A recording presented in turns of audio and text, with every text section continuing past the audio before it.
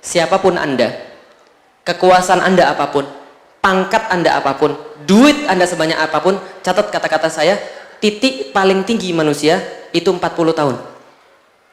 Kenapa 40 tahun? Karena itulah yang menjadi waktu Rasulullah diangkat jadi Nabi.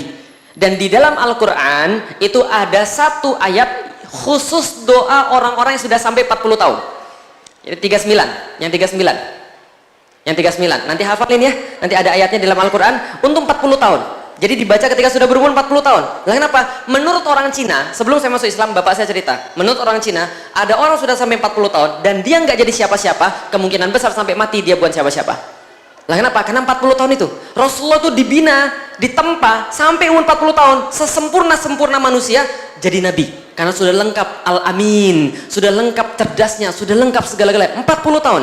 Bisa difahami? Coba lihat. 0, 40, 80. Cocok? 0 baru lahir, 40, 80 mati. Cocok zaman sekarang? Cocok. Enggak cocok Ustadz, katanya 60 sampai 70. Oke, 35. 0, 35, 70. Cocok? Tapi ambil 40 boleh? Coba lihat manusia. Lihat manusia ya. 0, 40 paling tinggi, balik lagi ke bawah. Kayak parabola. Bisa difahami ya? Parabola terbalik. Coba kita lihat. 0 lahir, nggak bisa apa-apa Anda. Makan susah, tidur nggak bisa, gitu kan ya? Mau jalan-jalan, apalagi. Tiba-tiba Anda kemudian beranjak dewasa, mulai belajar makan sendiri, mulai belajar mandi sendiri, bisa ngingat nama orang, sudah mulai ngomong mama, papa, gitu kan ya? Sudah mulai Allah, lalu kemudian naik lagi bisa belajar sholat, bisa kemudian pergi kemana-mana, bisa lari, bisa kemudian beli apapun, bisa kerja, sampai titik umur 40. Setelah 40, nurun itu semua. Nurun itu semua. Yang tadinya bisa lari 2 jam tanpa henti, sekarang 15 menit ngos-ngosan. Yang tadinya bisa makan sendiri, sekarang makan harus bubur. Lah kenapa? Karena giginya sudah mulai hilang. Yang tadinya kemana-mana bisa kemudian lari-lari, sekarang pakai minyak angin, gitu kan ya? Masya Allah, jalan masuk mobil, tiba-tiba bau apa nih, gitu kan ya? Bau-bau ibu-ibu dan bapak-bapak yang sudah diintai malaikat maut, kan itu kan? Sudah pakainya bukan minyak wangi lagi, minyak angin. Nah, turun lagi ke bawah, sudah mulai lupa nama orang, sudah mulai susah untuk berbicara, sudah mulai tahu nggak enak kemudian pinggangnya, jalan sudah susah. Balik lagi nggak? Balik, dimandiin lagi, gitu kan ya? Kemudian nunggu mati, kan itu kan ya? Lah makanya kata Rasulullah, itu yang namanya mati itu pengingat paling besar bagi orang-orang tua. Dan para ulama berkata, kalau ada orang tua nggak ingat mati, itu kurang ajar. Kalau anak muda nggak ingat mati masih wajar karena mereka masih muda. Walaupun itu juga nggak wajar sebenarnya. Tapi kalau ada orang tua nggak mau beribadah, mau ngomong apa lagi? Karena dia harusnya sudah menyadari semakin dekat dia di arah-arah awal tadi. Bisa difahami? Lihat ya. 20 lagi on-onnya. 30 masih ada nafsu tapi dikit. 40 bijaksana. 30 tambah 10 berapa? 50. Itu kayak orang umur 30 mulai muncul puber kedua. Umur 60 udah kayak umur 20. Oh, tiba-tiba naksir sama orang. Puber kedua lagi. Bisa dipahami? Turun lagi setelah 70 kayak anak kecil. Betul begitu? Ada yang punya orang tua sudah 70 tahun. Kadang permintaannya aneh-aneh. Betul begitu? Saya tuh pernah nganterin umroh seorang ibu-ibu dan bapak-bapak yang diantar sama anak-anaknya. Tahu nggak permintaan ibunya apa? Nak, saya mau beli sesuatu. Mau beli apa? Mobil. Saya nggak sebutkan namanya. Untuk apa? Saya mau nyetir. Kadang-kadang. Tapi kalau Anda sudah punya orang tua sedek kayak gitu, temenin baik-baik. Itu sudah tanda-tanda sudah deket. Lah kenapa? Karena sudah balik lagi. Makanya kalau ada orang tua sama cucunya main-main, itu klop. Lah kenapa? Karena sudah sama frekuensi otaknya. Bisa difahami? Kadang-kadang nangis sendiri, kadang-kadang kalau nggak diperhatiin sama anaknya dikit aja rasanya sakit hati. Kadang-kadang menelpon cuma pengen dengar suaranya anaknya. Apa bedanya sama anak kecil? Enggak, saya nggak mau bukan menghina orang tua, tidak sama sekali. Saya cuma mau ngomong sama Anda, sadari atau tidak sadari, hidup Anda itu turun setelah 40. Turun ke tempat yang namanya mati. Bisa difahami Ibu sekalian. Nah, inilah kemudian hidup manusia semuanya begitu, nggak ada yang terkecuali. Maka kemudian Rasulullah Shallallahu Alaihi Wasallam kemudian mengingatkan kepada kita, berapa lama perantauan kita? Dalam satu ayat Allah bertanya, berapa tahun kan lamanya kamu tinggal di bumi? Pada orang-orang yang baru dibangkitkan. Kam labistum fil ardi adada sinin. Wahai manusia yang baru-baru bangkit itu, berapa lama kalian tinggal di bumi? Maka coba lihat, jawabannya coba lihat. Pertanyaannya berapa tahun? Berarti harusnya jawabannya sekian tahun. Betul kan ya? Tapi jawabannya bukan tahun. Labisna yauman au ba'do yaum. Enggak ya Allah, kami enggak tinggal tahunan. Kami tinggal di bumi itu cuma sehari atau setengah hari. Kami enggak merasa tahunan. Padahal Anda semua hidup di sini tahunan. Betul begitu? Ada yang sudah 60, ada yang sudah 40, ada yang sudah 20. Saya 33 tahun hidup di bumi. Tapi ketika mati, kita gak akan merasa kecuali cuma sehari atau setengah hari. Setengah hari atau sehari pol maksimal. Bisa dipahami Ibu sekalian? Dalam ayat yang lain kira-kira juga sama. Berapa lama kita tinggal di bumi? Mereka merasa di yaumil kiamah tidak tinggal seolah-olah melengket sebentar saja di waktu sore atau pagi hari. Sama, setengah hari sehari. Dalam ayat yang lain sama, di waktu kemudian apa? Di waktu siang hari mereka saling berkenalan. Berarti sekitar 2,5-3 jam saja. Bisa difahami Ibu sekalian? Kita merasa hidup kita lama. 60-70 tahun, tapi sebenarnya sangat singkat sekali. Kenapa sangat singkat? Lihat, di hari manusia merasa hidupnya sangat singkat. Kapan hari itu? Yaumil. Tahu yaumil kiamah ibu-ibu sekalian? Nih yaumil kiamah, gambaran saja. Padang Masyhar, tempat seluruh manusia dikumpulkan. Kata Rasulullah Sallallahu Alaihi Wasallam, berwarna putih, kemudian tidak ada gundukan, tidak ada kemudian lekukan di bawahnya. Semua manusia dikumpulkan setara di situ. Tidak ada yang lebih tinggi dan tidak ada yang lebih rendah. Semua manusia dikumpulkan setara di situ. Dan pada hati itu kata Rasulullah SAW, coba bayangkan baik-baik. Bagaimana keadaan kalian jika Allah mengumpulkan kalian di dalam satu tempat seperti berkumpulnya anak-anak panah dalam wadahnya. Tahu anak-anak panah dalam wadahnya? Berhimpit-himpitan satu sama lain tanpa jeda. Dan pada waktu itu kalian dikumpulkan selama 50.000 tahun dan dia sama sekali tidak mempedulikan kalian. Dan kalian semua telanjang, kata Rasulullah. Aisyah bertanya, ya Rasulullah, kalau kami telanjang, bukankah kami saling melihat? Rasul katakan, jangankan saling melihat, bahkan urusan diri sendiri saja mereka sudah sibuk sekali, dan orang tua mereka sudah tidak peduli. Bisa difahami Ibu sekalian? Matahari diangkat sejengkal di atas kepala. Seluruh manusia, kata Rasulullah, tenggelam dengan keringatnya sendiri sampai batas telinga atau sampai batas hidungnya, sehingga mereka harus begini untuk kemudian bisa bernafas. 50.000 tahun Ibu sekalian. Lama atau sebentar? Kalau seandainya Anda nunggu 2 menit, 2 menit itu lama atau sebentar? 2 menit dibandingkan 1 menit, 2 menit lama. Tapi 2 menit dibandingkan dengan 2 jam, dibandingkan dengan 1 hari, 2 menit sangat singkat. Kalau andaikan kita dikumpulkan di yaumil kiamah 50.000 tahun, dan taruhlah Anda di dunia mati 70 tahun, 70 tahun dibandingkan 50.000 tahun, lebih lama yang mana? Kalau kita hitung pakai rumus matematik, maka waktu itu Bapak Ibu sekalian, Anda tidak merasa hidup di dunia, kecuali hanya selama 2 menit 1 detik. Sebentar? 2 menit 1 detik. Loh tadi Ustaz kayak 2 jam 3 jam apa? Berikut di kuburannya sekalian. Saya dipahami sekalian.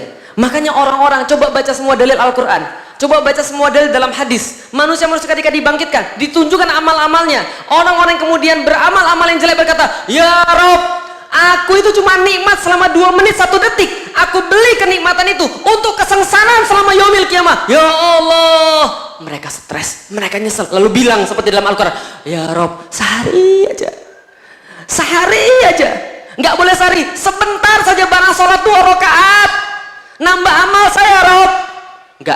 Nggak boleh, sudah selesai. 2 menit 1 detik kamu beli seluruh kebahagiaan kamu itu di dunia. Kamu ambil di dunia itu untuk menzalimi orang, kamu ambil di dunia itu untuk bersikap sombong, kamu ambil di dunia itu untuk menyusahkan orang lain.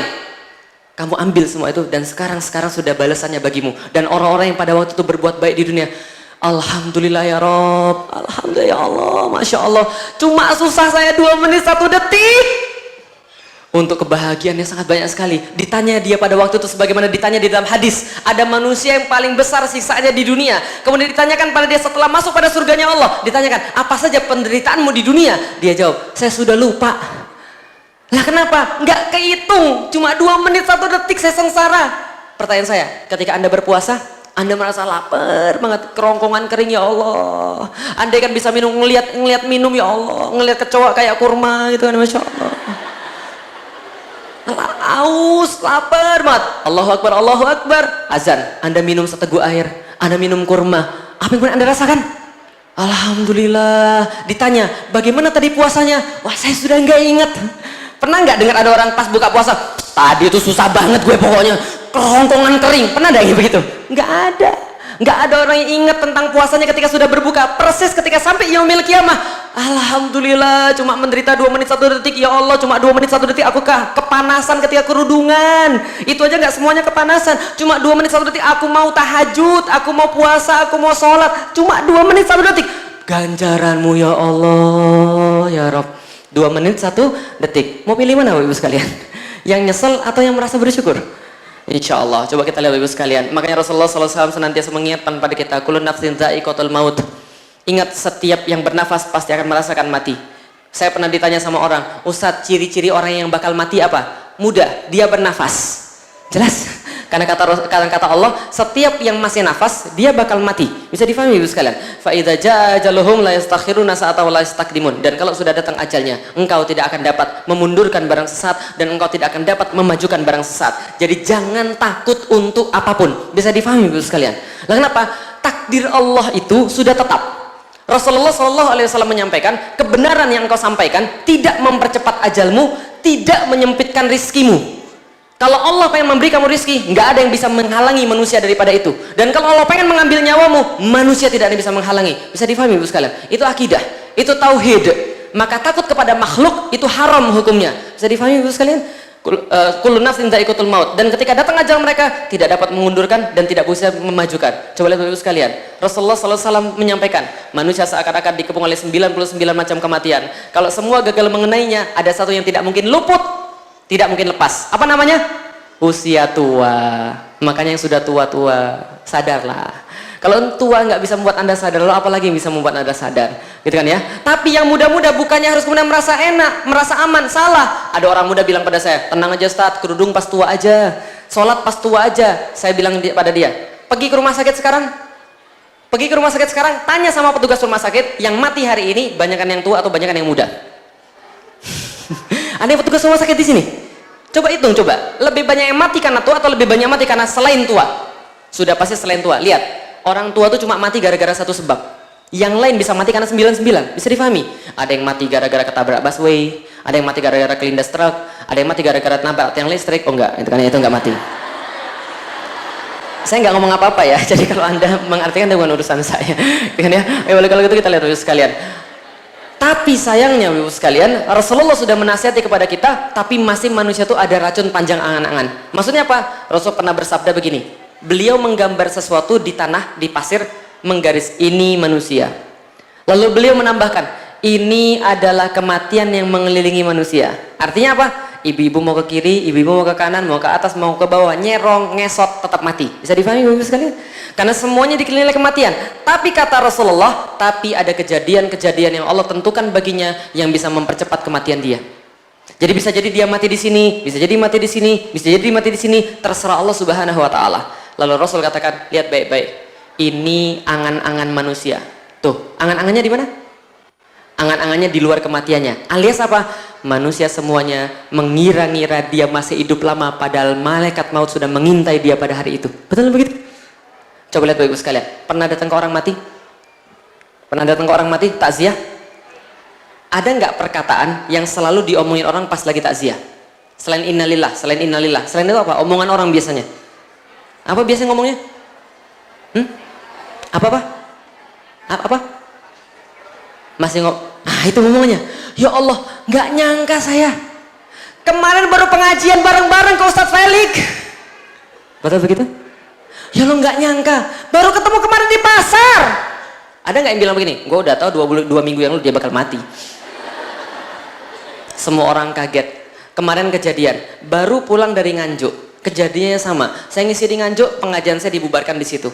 Ada salah seorang kemudian di situ tokoh masyarakat, kemudian dia berkata, sudah sabar Ustadz, nggak apa-apa, nanti kita ketemu di Jakarta. Dia WhatsApp saya, Ustadz ditunggu di Jakarta, kita makan nasi kebuli kesukaan Ustadz di Kuningan. Saya sudah minta anak saya untuk masak khusus untuk Ustadz. Insya Allah pas saya pulang dari Solo Jogja, saya mampir ke sana. Ternyata semua teman-temannya di SMS untuk ketemuan hari Selasa. Apa yang terjadi? Ternyata hari Selasa semua berkumpul di tempat kematian dia. Masya Allah, masih ada orangnya. Ingat banget ya Allah. Saya bilang, ya Allah baru kemarin janjian, baru kemarin ngobrol, ternyata sudah pergi. Nggak ada tanda-tanda sakit sama sekali. Saya difahami Ibu sekalian. Yang namanya mati itu nih, angan-angan manusia di atasnya. Coba kalau kita lihat Bapak Ibu sekalian. Nih, yang namanya mati Bapak Ibu sekalian, nggak ada yang bisa duga. Tapi sayangnya, cinta dunia, kebodohan seorang hamba, mengira mati itu ada urusan dengan umur, mati ada urusan dengan penyakit. Berapa banyak orang yang berpenyakit nggak mati-mati? Tapi berapa banyak orang yang sehat-sehat tiba-tiba mati? Bisa difahami Ibu sekalian. Kalau Anda mengira bahwa mati masih datang lewat umur atau lewat penyakit, Anda bodoh. Kata Rasul begitu. Kenapa? Mati nggak datang lewat itu? Cinta dunia. Begitu cinta dunia, lupa persiapan bekal akhirat. Sebelum mati apa yang terjadi Bapak Ibu sekalian? Sebelum mati apa yang terjadi? Apa yang terjadi sebelum mati? Pernah dengar sakaratul maut? Rasulullah Shallallahu Alaihi Wasallam bersabda, Inna fil mauti sakarat. Sesungguhnya di dalam maut itu terdapat sakratul maut. Pernah tahu sakratul maut?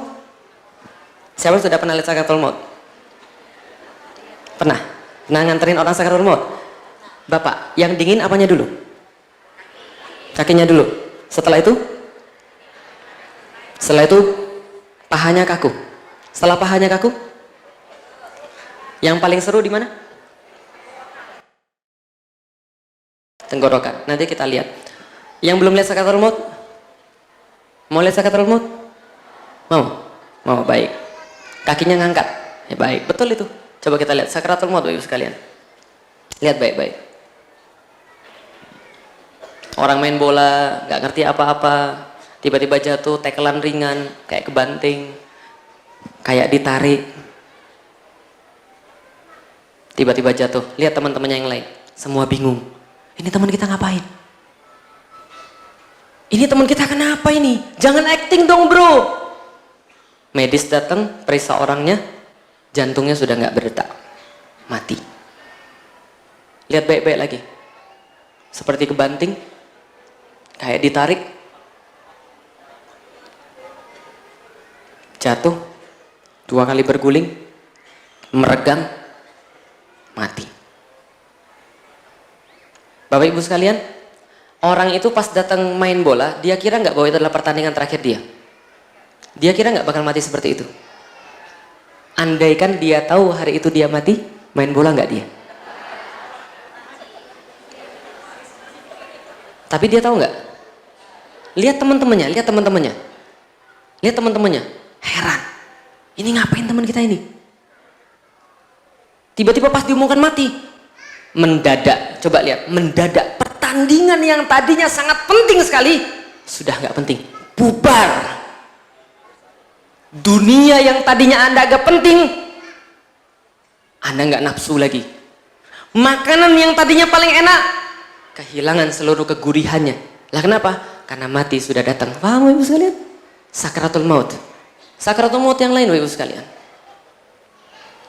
Dalam satu hadis, Rasulullah SAW berkata, bagi orang yang dikehendaki oleh Allah, maka matinya itu seperti orang yang kemudian, tempat air yang mengucurkan air. Nyawanya keluar dipanggil Allah dengan sangat mesra sekali. Walaupun masih ada sakit, lagi ngisi pengajian, tiba-tiba dia sadar, lihat matanya, kosong, jatuh, ngelihat meninggal. Kalau ini kira-kira husnul khatimah atau su'ul khatimah? Mau pilih yang pertama atau mau yang kedua? Enggak mau pilih semuanya, enggak boleh. Anda pasti mati. Mau pilih yang pertama atau yang kedua? Enak ya mati begini ya? Yang saya minta pada Allah selalu, ya Allah matikan saya dalam keadaan berdakwah. Lah kenapa? Karena bagi saya dakwah adalah segala-galanya. Kalau ada orang pengen ngambil dakwah dari saya, apa gunanya lagi hidup? Lah kenapa? Lah kita ini ditunjuki dengan Islam, kita mendapatkan kebahagiaan dengan Islam. Andai kan Islam mau diambil daripada kita, terus apalagi arti hidup kita? Sama-sama sakratul maut. Rasulullah SAW sakratul maut gak? Rasulullah manusia, beliau sakratul maut juga. Dan bagaimana beliau sakratul maut? Masya Allah. Subuh 12 Rabiul Awal, sebentar lagi kita nyampe. Rasulullah itu sudah sakit beberapa hari, pingsan beberapa kali. Ketika pingsan, kemudian bangun, pertanyaan beliau, ini sudah masuk waktu sholat? Sudah ya Rasulullah.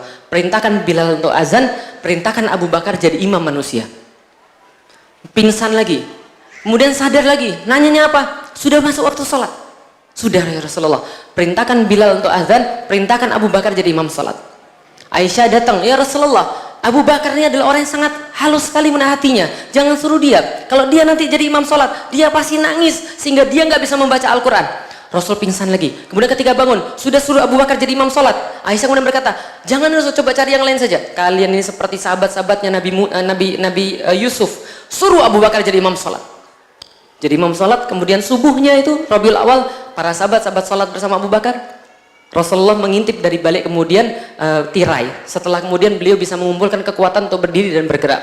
Andai kan ini adalah kemudian mihrab, taruhlah di sini ada Abu Bakar, rumahnya Rasul di situ, dekat sekali.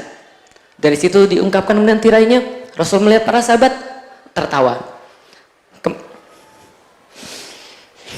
Kemudian para sahabat kemudian melihat Rasulullah SAW, kemudian para sahabat kemudian melihat Rasul, kemudian merasa senang. Hampir sholat mereka kemudian terganggu dengan itu. Abu Bakar mundur, mempersilahkan Rasul jadi imam, kemudian Rasul kata tidak, maju. Setelah itulah datang sakaratul maut.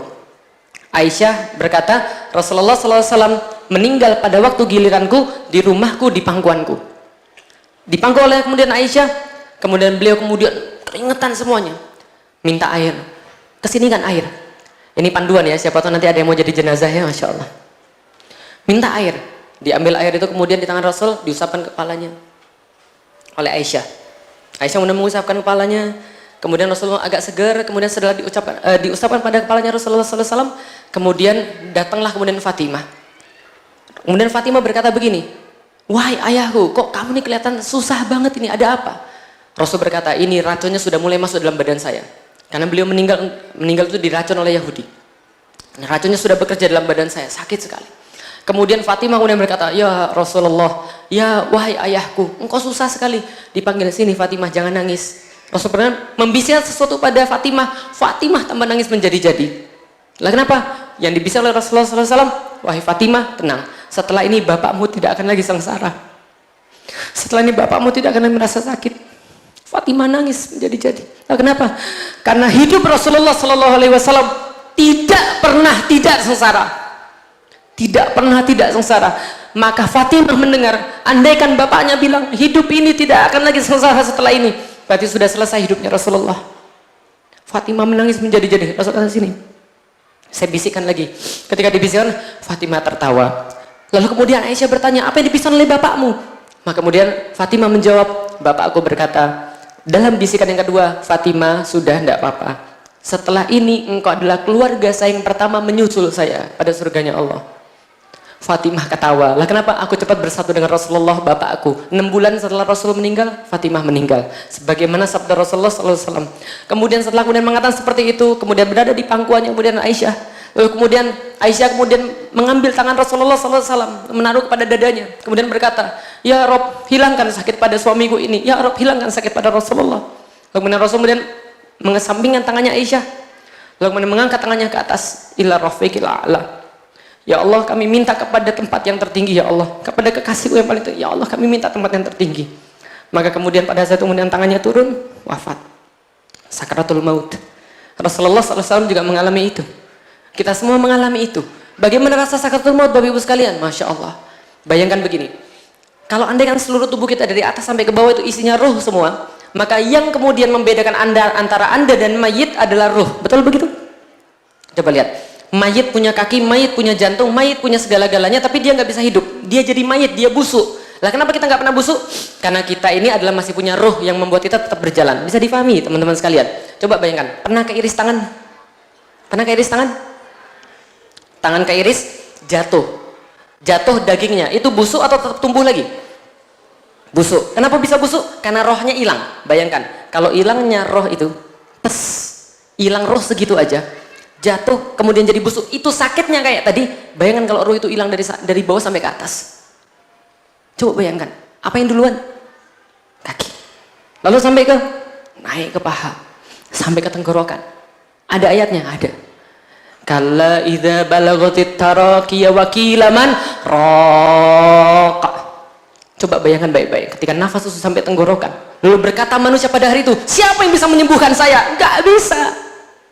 Wa dhanna annahul firaq, dan dia tahu pada hari itu dia sudah akan kembali pada Allah, membawa amal-amal apapun yang dikumpulkan. Semua amal-amal itu kemudian terasa sudah di sini tenggorokan ini. Tarik sampai di sini, selesai. Berita bagusnya, saya kasih tahu Anda, dalam satu hadis Rasulullah sampaikan, bagi orang-orang yang mukmin, maka disiapkan baginya malaikat-malaikat. Makanya kalau ada orang sakaratul maut, lagi melihat begini, melihat ke atas, gitu kan ya, pandangannya kosong, jangan diganggu. Nah kenapa? Dia lagi melihat sesuatu yang Allah janjikan pada dia, apapun itu. Bagi orang-orang yang beriman, dia melihat apa? Dalam satu hadis dikatakan, malaikat-malaikat turun kepada dia, dalam bentuk wajah yang bercahaya, dibariskan sejauh mata memandang. Maka Rasulullah ketika sebelum meninggal melihatnya ke arah satu ujung, kata Aisyah, melihatnya jauh sekali. Karena bagi orang-orang beriman itu disiapkan malaikat-malaikat turun sampai ujung mata memandang. Mereka membawa kain kafan, mereka membawa hanut, Mereka membawa apa namanya? Sebuah parfum dari surga, Masya Allah. Jadi yang nggak tutup aurat sekarang itu rugi. Lah kenapa? Nanti Anda setelah mati, roh Anda keluar, roh Anda itu akan dipakaikan lagi pakaian dari kafan dari surga, bawa minyak wangi, kemudian berkata, ayo sini, sudah. Dalam Al-Quran diceritakan kemudian, ya ayatuhan nafsul mutmainnah irji'i ila rabbiki radiyatan mardiyah fadkhuli fi ibadi wadkhuli jannati. Malaikat-malaikat turun lalu berkata, ayo sini, jangan takut, sudah kami yang ambil semua, kami yang nanti akan surganya Allah. Dibawa langsung ke surganya Allah, ditampakkan kemudian kamar-kamarnya di situ. Mereka senang sekali. Lalu Allah memerintahkan, sudah kembalikan ke dalam kuburnya, suruh dia nunggu sampai yaumil kiamah. Dan di dalam kuburnya itu tiap pagi, tiap petang dia ditunjukkan surganya Allah. Masya Allah. Bagaimana Ustaz yang maksiat? Bagaimana Ustaz tukang bohong? Bagaimana Ustaz orang-orang yang kemudian menzalimi manusia, tidak sayang pada mereka, yang memfitnah manusia, yang menuduh manusia, yang menyulitkan manusia? Gimana mereka ya Allah? Bagaimana mereka Ustaz? Rasul berkata, adapun orang-orang yang kayak begitu dibariskan malaikat-malaikat bermuka kasar, hitam. Mereka kemudian tidak punya rasa kasihan, dibariskan sampai ujung mata memandang, dan ditarik kemudian nyawanya itu, ditarik kemudian rohnya itu dengan tarikan yang sangat keras sekali. Mau pilih mana Ibu sekalian? Yang pertama atau yang kedua? Bapak Ibu sekalian, andaikan hidup ini adalah sebuah jalan yang ada ujung di situ, yang ada belokan di situ, Anda nggak tahu jalannya setelah itu masih ada belokan lagi atau ini belokan yang terakhir. Kalau ini belokan yang terakhir, Anda mau ibadah atau tidak? Mau ibadah atau tidak? Lihat Bapak Ibu sekalian, perhatiin baik-baik. Hari ini Anda hidup, besok belum tentu. Maka saya nggak pernah meninggalkan istri saya dalam keadaan saya marah sama istri saya. Lah kenapa? Takut ini perjumpaan yang terakhir. Andaikan ini perjumpaan yang terakhir, kalau saya tidak ridho sama istri saya dan saya mati, dia pasti nyesel seumur hidup. Dan nggak ada kesalahan yang bisa kemudian berharga untuk kita marahan sama orang seumur hidup. Bisa dipahami Ibu sekalian? Pasti dia nyesel. Kalau dia yang mati, saya yang nyesel seumur hidup karena saya belum maafin dia. Dan nanti gimana dia bertanggung jawabannya di sisi Allah. Saya nggak pernah ninggalin istri saya dalam keadaan marah. Saya selalu bilang, Dek, kalau ini pertemuan kita yang terakhir, apakah kamu mau kita marahan kayak begini? Enggak, ya sudah sini baikan. Tapi lama-lama istri saya pinter. Ketika marahan saya bilang, Dek, kalau ini pertemuan yang terakhir gimana? Istri saya bilang, kemarin juga bilang begitu. Tapi coba lihat Bapak Ibu sekalian, benar atau tidak kata-kata saya? Coba benar atau tidak kata-kata saya? Ada satu hari Anda pergi keluar rumah, nyium tangan suami Anda, lalu kemudian bisa jadi Anda pulang dia nggak ada atau Anda yang sudah nggak ada. Benar nggak? Kalau nggak hari ini besok, kalau nggak besok lusa, tapi akan datang satu masa. Pertanyaan saya, kalau ini adalah hari terakhir Anda, mau nggak Anda tahajud hari ini? Anda tahajud malam ini mau? Kalau ini malam terakhir Anda masih punya alasan lagi ngantuk, Anda masih punya alasan lagi banyak kerjaan. Kalau ini malam terakhir Anda, di mana Anda bisa bertobat untuk kemudian beramal pada Allah Subhanahu Wa Taala, maka pas jadi imam sholat, orang mundur ke belakang bisa bilang, luruskan, rapikan barisan. Di Mesir itu imamnya mundur ke belakang lalu berkata, sholatlah, andaikan ini sholat yang terakhir dan gak ada sholat lagi setelah ini. Kalau Anda bersolat dengan sholat yang terakhir, sholat yang kayak apa sih yang Anda mau persembahkan pada Allah? Takbir kayak apa? Lalu kemudian khusyuk kayak apa? Lalu kemudian bacaan kayak apa? Kalau ini sholat yang terakhir, bagaimana yang terjadi? Pernah mimpi mati? Pernah mimpi mati? Belum pernah ya? Saya doakan semoga ibu-ibu nanti mimpi mati. Karena itu bermanfaat sekali. Saya pernah sekali mimpi mati, bangun dalam keadaan basah, kemudian muka saya kenapa? Nangis. Lah kenapa? Pas saya mimpi mati, saya mikir apa? Ya Allah, saya maafin semua orang-orang yang bersalah pada saya, ya Allah. Saya maafin semua orang yang saya benci pada saya, ya Allah. Yang saya benci juga saya semua maafin. Ingat orang-orang yang saya benci semuanya dan saya maafin mereka. Kalau sudah mau mati, bisa dipahami Ibu sekalian? Mati itu adalah kekuatan sangat luar biasa. Perhatiin baik-baik. Yang tanya pada saya, gimana Ustaz sholatnya biar khusyuk? Gimana Ustaz sholatnya biar khusyuk? Tahu ini apa ini? Tahu ini apa ini? Ini pasukan mujahidin di Palestina.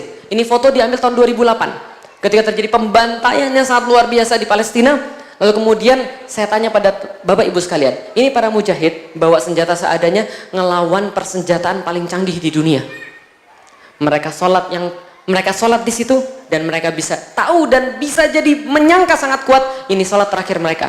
Kalau Anda di sana, sholat Anda khusyuk atau tidak? Kalau itu adalah sholat terakhir Anda, saya jamin Anda pasti khusyuk. Jamin. Tapi kalau orang yang nggak paham, merasa hidupnya masih lama, Allahu Akbar, Allahu Akbar. Masih jam 12 ini. Kan zuhur kan selesai sampai jam 3. Merasa Anda bahwa Anda masih hidup lebih lama. Paham? Gitu kan ya? Siapa yang pernah haid? Siapa di antara teman-teman pernah haid? Pas abis zuhur azan, lalu Anda bilang, masih jam 3. Tiba-tiba haid, nggak boleh kemudian sholat lagi. Ada yang pernah begitu? Itu utang loh, hati-hati. Karena sudah masuk waktunya. Paham? Jadi kalau misalnya ibu-ibu, apalagi ibu-ibu, kalau pas azan langsunglah sholat. Lah kenapa? Nanti kemudian kalau pas azan, ibu-ibu nggak mau sholat, masih nunggu ini dan mau nunggu itu, nanti dapat haid misalnya, itu utang jadinya. Karena sudah wajib. Bisa difahami ibu sekalian. Ini yang terjadi. Kalau ini adalah sholat yang terakhir bagaimana? Apa sholat yang terakhir? Allahu Akbar. Ingat semua itu semua. Kunci lah gitu kan ya, tugas lah gitu, segala macam, hadis lah dan segala macam. Ingat semua tuh. Dan biasa ingat semua pada rokat ketiga. Rokat keempat lupa lagi semuanya. Betul begitu? Tapi kalau kita sholat yang terakhir, Allahu Akbar, tenangkan hati. Allah yang paling gede, Allah yang paling besar. Nggak ada yang lebih penting daripada Allah. Tugas saya satu-satunya cuma untuk beribadah pada Allah. Andaikan kunci itu memang ada di motor, ya sudahlah, memang ada di motor. Tapi ini caranya. Kalau Anda tahu ini sholat yang terakhir, Anda nggak bakal main-main dalam sholat Anda. Paham Bapak Ibu sekalian? Ada seorang sahabat mau dibunuh oleh seorang penjahat. Sebelum kemudian penjatuh membunuh dia bilang, kamu mau apa permintaan terakhir kali? Izinkan saya sholat 2 rakaat. Sholatnya lama banget sholatnya. Ketika kemudian selesai sholat, ditanya sama eksekutornya, kamu tadi sholat lama banget, kamu takut mati ya? Dia bilang apa? Andai Anda tidak nyangka begitu, saya sudah mau lebih panjang lagi daripada itu. Saya difahami Bapak sekalian? Kalau ini yang terakhir, amal apa yang mau Anda persembahkan? Anda mau masih nulis status-status yang provokatif begitu? Masih nulis status-status yang kemudian nggak mutu begitu? Bisa difahami Bapak sekalian? Masih mencela orang di sosial media? Padahal Anda mau mati, ingat baik-baik, Anda mati, nggak begitu semua selesai. Lah kenapa? Semua yang Anda tulis, orang baca, dan orang lihat, dan orang akan lihat Anda itu siapa setelah Anda mati. Ada dosa jariah, atau ada pahala jariah. Bisa difahami Bapak sekalian? Nah, kalau itu kita lihat sekalian, nah, waktu kita terbatas. Dan karena waktu terbatas, cobalah kemudian untuk berbuat sesuatu yang terbaik. Yang terakhir saya ceritakan Bapak sekalian, dulu para sahabat, itu pernah diutus oleh Rasulullah SAW. Sebagai kesimpulan daripada semua kajian kita pada hari ini, ada seorang sahabat yang pernah diutus, ada sahabat-sahabat yang diutus oleh Rasulullah ketika perang Mu'tah. Jadi ketika perang Mu'tah ini ada 3 sahabat yang diutus oleh Rasulullah. Tahu perang Mu'tah ibu-ibu sekalian? Tahu perang Mu'tah? Oh, tahu. Perang apa itu? Perang pertama kali melawan Romawi. Pasukan musuh itu berkali-kali lipat pasukan daripada kaum muslimin. Mereka jalan beratus-ratus kilo untuk sampai ke tempat tadi, dan ketika mereka sudah sampai ke tempat tadi, Rasul pesankan yang menjadi panglima pada esok hari adalah Zaid bin Harithah. Kalau Zaid bin Harithah wafat, maka gantikanlah oleh Ja'far bin Abu Thalib. Kalau Ja'far bin Abu Thalib wafat, maka gantikanlah dengan Abdullah bin Rawahah. Para sahabat langsung tahu saat itu, berarti besok Zaid meninggal, ya. Ja'far meninggal, Abdullah bin Rawahah meninggal. Kalau Anda di antara para sahabat Rasulullah, kemudian dikatakan ini ada orang besok 3 pemimpin bakal mati, Anda masuk ke pasukan yang mana? Anda masuk pasukan yang mana? Oke, itu kan perempuan, Anda kan Anda laki-laki lah, taruhlah begitu. Anda mau masuk pasukan yang mana? Yang Zaid, yang Ja'far, atau yang Abdullah bin Rawahah? Oh, kita nggak tahu Ustaz. Para sahabat waktu itu langsung berebut masuk pasukannya Zaid bin Harithah. Lah kenapa? Pengen mati duluan. Ya Allah, saya Zaid. Semua itu setelah penuh baru Ja'far, setelah penuh baru Abdullah bin Rawahah. Betul, besok itu pasukan Romawi datang, Zaid bin Harithah maju membawa bendera la ilaha illallah Muhammad Rasulullah, bendera Rasul, maju merangsek musuh, langsung tombak, panah, pedang nyambut dia semua. Apa terjadi pada dia? Habis. Tusukan pedang habis semuanya. Lalu kemudian bendera itu jatuh. Ketika bendera jatuh, diambil oleh Ja'far bin Abu Thalib. Beliau berjihad memimpin kaum muslimin sampai kemudian tangannya yang memegang bendera itu dipotong dengan kemudian pedang, putus tangannya, diambil dengan sebelah kirinya. Diambil sebelah kirinya, dipotong lagi, putus tangannya, dikepit dengan ketiaknya. Setelah dikepit dengan ketiaknya, kakinya kemudian dipotong, ditombak, dipanah, akhirnya dia jatuh. Ketika jatuh, bendera ini jatuh. Menurut Rasulullah, pertama Zaid bin Harithah, yang kedua Ja'far bin Abu Thalib, yang ketiga Abdullah bin Rawahah. Ibu-ibu, bapak-bapak sekalian, Abdullah bin Rawahah adalah sahabat Rasulullah SAW yang pintar syair. Kerjaan dia adalah membangkitkan semangat jihad para sahabat dengan kemudian syair-syair dan kemudian orasi dia. Ini Abdullah bin Rawahah, masya Allah. Tapi ketika itu terjadi, bendera sudah jatuh, Ja'far sudah gugur, dia sudah tuh, nih giliran dia. Tapi apa terjadi? Kakinya nggak bisa bergerak, Bu. Kakinya nggak bisa bergerak. Kalau saya maju, ini saya pasti mati. Memegang bendera, kakinya nggak bisa bergerak. Lah kenapa? Khawatir. Kemudian dia bersyair untuk yang terakhir kalinya. Dia menguasai dirinya. Baca untuk yang terakhir kalinya syairnya dalam bahasa Indonesia. Wahai Abdullah bin Rawaha, apa yang menyebabkan dirimu takut pada seruan surga sementara engkau dulunya hanya mani yang hina? Maju, kalau tidak saya paksa kakimu untuk maju. Akhirnya dia memaksakan kakinya untuk maju. Maju perang syahid. Rasulullah Shallallahu Alaihi Wasallam berbicara pada sahabat-sahabat di waktu yang sama, sesungguhnya sahabat kalian Zaid bin Haritha sudah wafat dan Allah menggantikan kepada dia dengan surganya Allah. Masya Allah. Sesungguhnya Ja'far telah wafat dan Allah gantikan dua tangannya yang putus itu, Allah gantikan dengan sayap yang kemudian dia bisa terbang kemana-mana di surganya Allah. Tapi sahabat yang kalian yang satu lagi, Rasul diem. Loh, apa yang terjadi ya Rasulullah? Sahabat kami yang satu lagi itu. Rasul diem. Lalu kemudian Rasul berkata, Abdullah bin Rawaha juga syahid, tapi dia mendapatkan singgasana di surga dibandingkan dengan singgasana dua sahabatnya yang lain yang awal, singgasananya miring. Paham Bu? Singgasananya miring. Lah kenapa miring?